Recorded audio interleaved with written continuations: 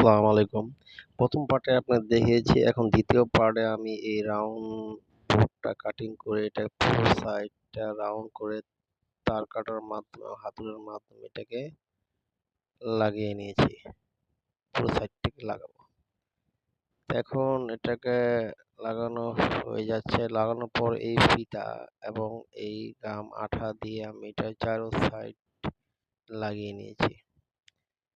লাগিয়ে নেওয়ার পরে এটার একটা লুক তৈরি হবে, তা আমি এখন দেখাচ্ছি। দেখছেন, লাগানোর পরে এই লুক তৈরি হয়েছে।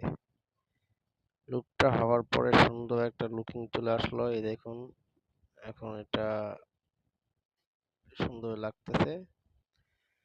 তো এরপরে ধাপে এটাকে কালাম এবং দুটি কালাম দিয়ে তা ফিটিং করা হবে, এবং এই যে ফিটিং করা হয়েছে, তা আশা করি সবাই ভালো লাগতেছে। সবাই ভালো থাকবেন। আসসালামু আলাইকুম।